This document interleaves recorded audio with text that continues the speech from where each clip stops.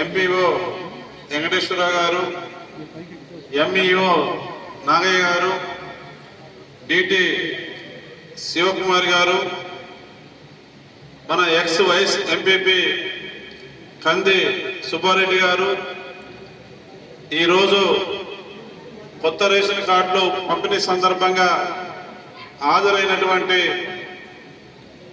లబ్ధిదారులైనటువంటి అక్కలకు, చెల్లెళ్లకు, దీంతో పాటు కళ్యాణ లక్ష్మి చెక్కులు అందుకోవడానికి ఇచ్చేసినటువంటి 20 మంది అక్కలు, చెల్లెళ్లకు, దాంతోపాటు సీఎంఆర్ఎఫ్ చెక్కులు అందుకోవడానికి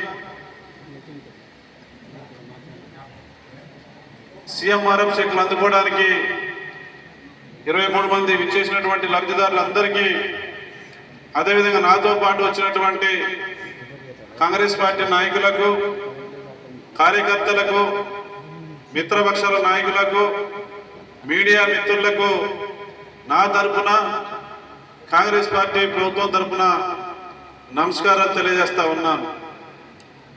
చాలా సంతోషంగా ఉంది. రేషన్ కార్డులు కావాలని చాలామంది గత ప్రభుత్వంలో ఆఫీసుల చుట్టూ చెప్పుల రేలాగా తిరిగినా కూడా ఏ ఒక్కరికి గత ప్రభుత్వం రేషన్ కార్డు ఇవ్వలేదు.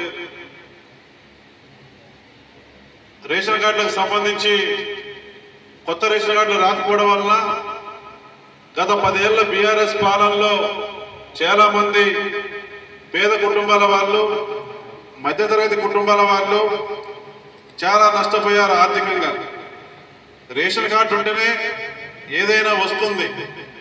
ఇవాళ ప్రభుత్వంలో సంక్షేమ కార్యక్రమాలు అందాలన్నా, మీ పిల్లల్ని హాస్టల్లో చేర్పించాలన్నా, బ్యాంకులో లోన్ తీసుకోవాలన్నా, బిలో ప్రాపర్టీ లైన్ ఉందా లేదా, ఇలా లోన్కి అర్హత ఉందా లేదా, దేనికైనా రేషన్ కార్డు అవసరం. గత 10 ఏళ్లలో మరి సంక్షేమ పథకాలు అందుకునే దాంట్లో కానీ, మీ పిల్లలకి హాస్టల్లో, స్కూళ్ళలో చేర్పించే దాంట్లో కానీ, ఆదాయ సర్టిఫికేట్ విషయంలో కానీ అన్ని రకాలుగా మీరు నష్టపోయారని చెప్పేసి నేను ఈ సందర్భంగా గుర్తు చేస్తా ఉన్నా. ఇవాళ మీరు ఎన్నుకున్నటువంటి కాంగ్రెస్ పార్టీ ప్రభుత్వం వస్తే మాకు మంచి జరుగుద్ది, మాకు పథకాలు వస్తాయి, మాకు అభివృద్ధి జరుగుద్దని కోరుకొని మీరందరూ కూడా ఇక్కడ స్థానికంగా ఎమ్మెల్యేగా నన్ను ఎమ్మెల్యేగా గెలిపించారు. మీ ఎమ్మెల్యేగా ఈ రోజున మాట్లాడుతూ ఉన్నాను. రాష్ట్రంలో కాంగ్రెస్ పార్టీ ప్రభుత్వం రావాలని ప్రజలందరూ కోరుకున్నారు, దీవించారు. మన కాంగ్రెస్ పార్టీ ప్రభుత్వం వచ్చింది, ముఖ్యమంత్రిగా రేవంత్ రెడ్డి గారు అయ్యారు.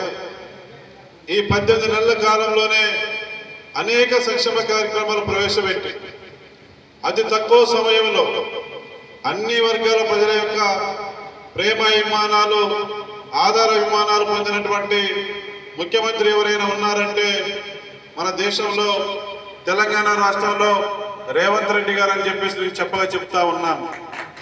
ఇది మామూలు విషయం కాదు. సాధ్యం కాని పనుల్ని కూడా సుసాధ్యం చేస్తూ గత 10 ఏళ్లలో గత ప్రభుత్వం ఇచ్చిన మాట ఏది కూడా నిలబెట్టుకోకుండా 10 సంవత్సరాల కాలంలో అధికారంలో ఉండి తెలంగాణ రాష్ట్రాన్ని అప్పులమయం చేసి, అప్పుల ఊపిలో నెట్టి, ఆర్థిక వ్యవస్థను చిన్నభిన్నం చేసి,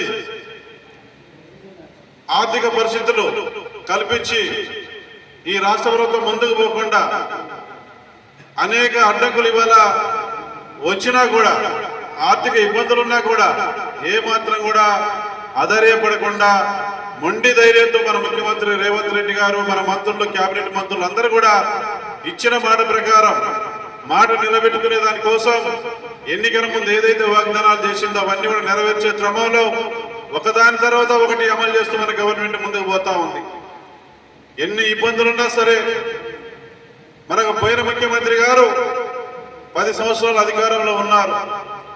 ఎన్ని వేల కోట్లు అప్పు చేసినారో తెలుసా మీకు? 8,19,000 కోట్లు పోయిన ముఖ్యమంత్రి అప్పు చేసి పోయినాడు. అంత అవినీతిమయం. 10 ఏళ్ల పాలన అంతా కూడా అవినీతిమయం. మొత్తం అన్ని కుంభకోణాలే. ఇవాళ మనం అబోర్డు చూస్తా ఉన్నాం. కాళేశ్వరం నివేదిక నిర్ణయం ఇచ్చినారు. కాళేశ్వరానికి మొత్తం ఇంజనీరింగ్ విభాగంలో గ్రామ స్థాయిలో వర్క్ ఇన్స్పెక్టర్ పాత్ర, ఏఈ పాత్ర, డిఈ పాత్ర, ఈ పాత్ర, ఎస్సీ పాత్ర, ఈఎన్సీ పాత్ర మొత్తం కేసీఆర్ గారే పోషించాడు పాత్ర. ఏకపాత్ర అభినయం కాళేశ్వరం ప్రాజెక్టులో కుంగిపోయింది. 1,00,000 కోట్ల మన ప్రజాధనం దుర్వినియోగం అయిపోయింది. దానికి సంబంధించిన నివేదిక బయటపడ్డది. అల్లలో 1,00,000 కోట్ల దుర్వినియోగం, 1,000 కోట్లు. ఇవాళ ఈఎన్సీగా దొరికిన వాళ్ళ దగ్గర 100,000 కోట్లు దొరుకుతా ఉన్నాయి. గొర్రెల పథకం పెట్టినారు. గొర్రెల స్కామ్ పైన ప్రభుత్వంలో 1000 కోట్లు స్కామ్ జరిగిందంట. ఇవాళే పేపర్లో పడ్డది. కాళేశ్వరం స్కాము, గొర్రెల స్కాము, లిక్కర్ స్కాము, ఇంకా చాలా స్కాములు ఉన్నాయి. ధరణి పేరుతోని భూములు కబ్జా చేసే స్కాములు, ఇసుక దందాలు, భూదందాలు, గ్రావెల్ దందా, మట్టి దందా, దేన్ని వదిలిపెట్టలేదు. ఆ రకంగా తెలంగాణ రాష్ట్రం ఆర్థికంగా ఉన్నటువంటి రాష్ట్రాన్ని అప్పుల ఊపిలో నెట్టారు. ఇవాళ గత ప్రభుత్వంలో చేసినటువంటి అప్పులు 8,19,000 కోట్లు అయితే, 8,19,000 కోట్లు అయితే నెల నెల మన ముఖ్యమంత్రి రేవంత్ రెడ్డి గారు మనకు వచ్చే ఆదాయంలో 6,500 కోట్లు అసలు వడ్డీకే కడతా ఉన్నారు.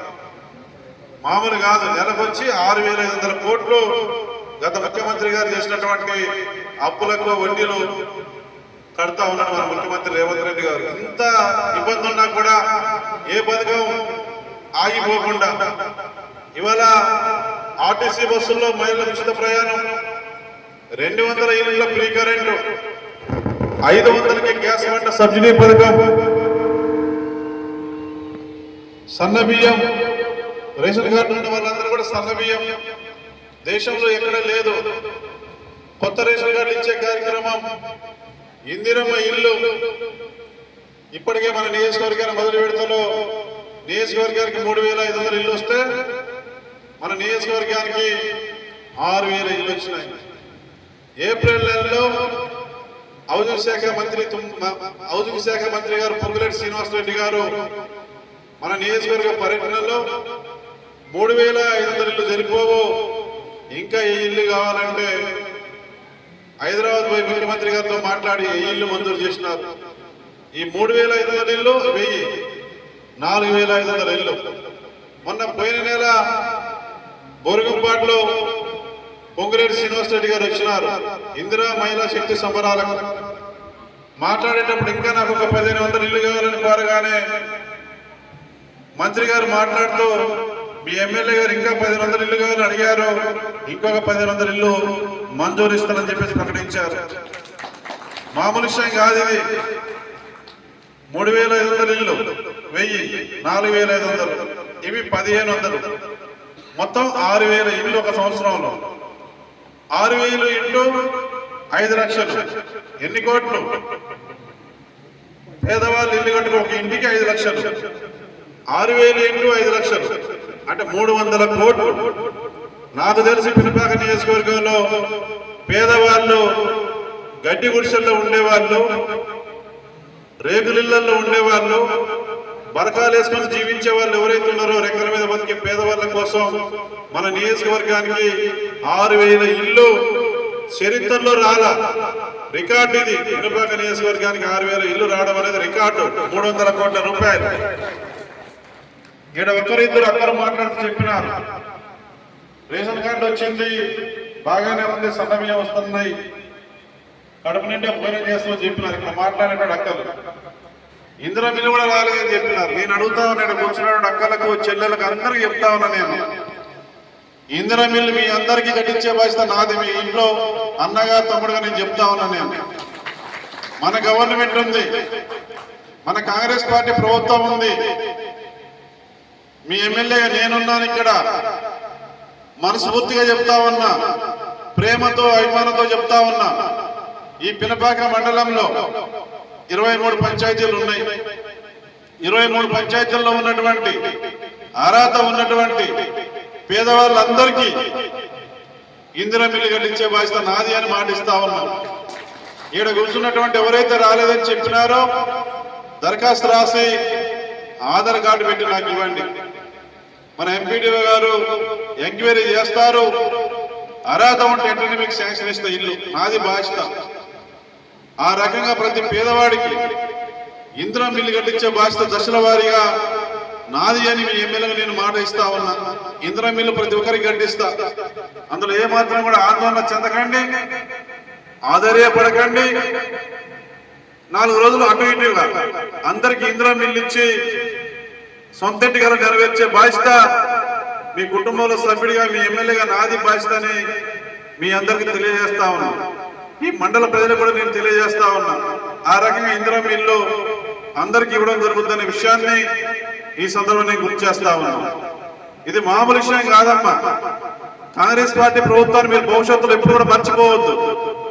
మీ తోడ పుట్టిన అన్న గాని తమ్ముడు గాని డబ్బులున్నా గాని నా అక్కో నా చెల్లో గడ్డిట్లో ఉంటుందని చెప్పేసి తోడబుట్టినట్టు అన్న తమ్ముడు కూడా సాయం చేయరు, డబ్బులున్నా కూడా. కానీ ఇవాళ మన ముఖ్యమంత్రి రేవంత్ రెడ్డి గారు ఇంట్లో పెద్ద కొడుకులాగా ప్రతి పేద కుటుంబంలో ఇందిరమ్మ ఇల్లు 5 లక్షలు పెట్టి కట్టియాలి, వాళ్ళు 10 కాలాల పాటు ఆ ఇంట్లో చల్లగా ఉండాలని చెప్పేసి ఈ పథకాన్ని తీసుకొచ్చినారు. ఈ 5 లక్షల స్కీమ్ అనే పథకం ఇందిరమ్మ ఇల్లది మన భారతదేశంలో ఏ రాష్ట్రంలో లేదు. అది ఒక మన తెలంగాణ రాష్ట్రంలో కాంగ్రెస్ పార్టీ ప్రభుత్వంలో మీలాంటి పేదవాళ్ళకి ఇందిరమ్మ ఇల్లు 5 లక్షలు పెట్టి కట్టిస్తా ఉన్నాం. ఇది మామూలు విషయం కాదు. కాబట్టి ఇందిరమ్మ ఇల్లు ఈ పథకాలు పొందుతున్నట్టు మీరు అందరూ కూడా రాబోయే రోజుల్లో కూడా కాంగ్రెస్ పార్టీ ప్రభుత్వాన్ని మర్చిపోవద్దు. కాంగ్రెస్ పార్టీ ప్రభుత్వం మంచిగా ఉంటే మీకు మరిన్ని సంక్షేమ పథకాలు మీకు వస్తాయని నేను మాటిస్తా ఉన్నా. అదే కాకుండా ఇవాళ సన్నబియ్యం పథకం కూడా మామూలు విషయం కాదు. ఇది భారతదేశంలో ఏ రాష్ట్రంలో కూడా సన్నబియ్యం ఏ గవర్నమెంట్ ఇవ్వట్ల. అది కూడా మన తెలంగాణ రాష్ట్రంలో మన కాంగ్రెస్ పార్టీ ప్రభుత్వం పేదవాళ్లకు కూలి చేసుకునే వాళ్లకు నెలకు మనిషికి 6 కేజీల చొప్పున సన్నబియ్యం ఇస్తా ఉంది. సన్నబియ్యం కోటేశ్వర్లు తింటారు, పేదవాళ్ళు తినరు. సన్నబియ్యం కొనాలంటే కేజీ బయట 65 నుంచి 70 రూపాయలు ఉంది కేజీ సన్నబియ్యం. ఇవాళ సన్నబియ్యం ఏప్రిల్ 1వ తారీఖున ప్రారంభమైంది. నెల చౌకా దుకాణంలోకి బియ్యం పోగానే వెంటనే తీసుకుంటా ఉన్నారు. కడుపు నిండా భోజనం చేయాల సన్నబియ్యంతో రెక్కల మీద బతికేటటువంటి కూలీలు కూడా ఆరోగ్యంగా ఉండాలని ఈ పథకాన్ని మన గవర్నమెంట్ తీసుకొచ్చింది. ఇది మంచి పథకం. మీరందరూ కూడా నెల ఇవాళ కార్డులు వచ్చిన తర్వాత సన్నబియ్యాన్ని మీరు నెల తీసుకొని కడుపు నిండా తిని మీరు ఆరోగ్యంగా ఉండాలని మన ముఖ్యమంత్రి గారు కోరుకున్నారు. మీ ఎమ్మెల్యేగా నేను కూడా కోరుకుంటా ఉన్నా. ఆ రకంగా సన్నబియ్యానికి సంబంధించినటువంటి పథకం రేషన్ కార్డు లేనటువంటి ప్రతి ఒక్కరికి రేషన్ కార్డు ఇచ్చి ఈ రేషన్ కార్డులు అనేది 685 మందికి మంజూరైనాయి. ఈ మండలంలో 685 మందికి రేషన్ కార్డులు మంజూరైనాయి. రాని వాళ్ళు కూడా దరఖాస్తు పెట్టుకోవచ్చు. ఈ రేషన్ కార్డులు అనేది నిరంతర ప్రక్రియ. అందరికీ రేషన్ కార్డులు వస్తాయి. చివరి ఎవరైతే దరఖాస్తు పెట్టుకున్నారో చివరి దరఖాస్తుదారుడి వరకు కూడా రేషన్ కార్డులు ఇవ్వడానికి గవర్నమెంట్ నిర్ణయం తీసుకుంది. వెనక ముందు రేషన్ కార్డు లేని ప్రతి కుటుంబానికి కొత్త రేషన్ కార్డు మన గవర్నమెంట్ ఇస్తుంది. అందులో ఎవరు కూడా రేషన్ కార్డు రాలేదనే ఆలోచనే వద్దు. ఆన్లైన్ ఓపెన్ చేసే ఉంది. మీ సేవా కేంద్రానికి వెళ్ళండి, ఆన్లైన్ ఓపెన్ చేసే ఉంది. రేషన్ కార్డు లేకపోతే ఆన్లైన్ లో మీరు దరఖాస్తు పెట్టుకోండి. ఆ రిసిప్ట్ తీసుకొచ్చి ఎంఆర్ఓ గారికి ఇవ్వండి. ఎంఆర్ఓ గారు వెంటనే ఎంక్వైరీ చేసి మీకు మరి ఇవాళ కొత్త రేషన్ కార్డు ఇవ్వడం జరుగుతుంది.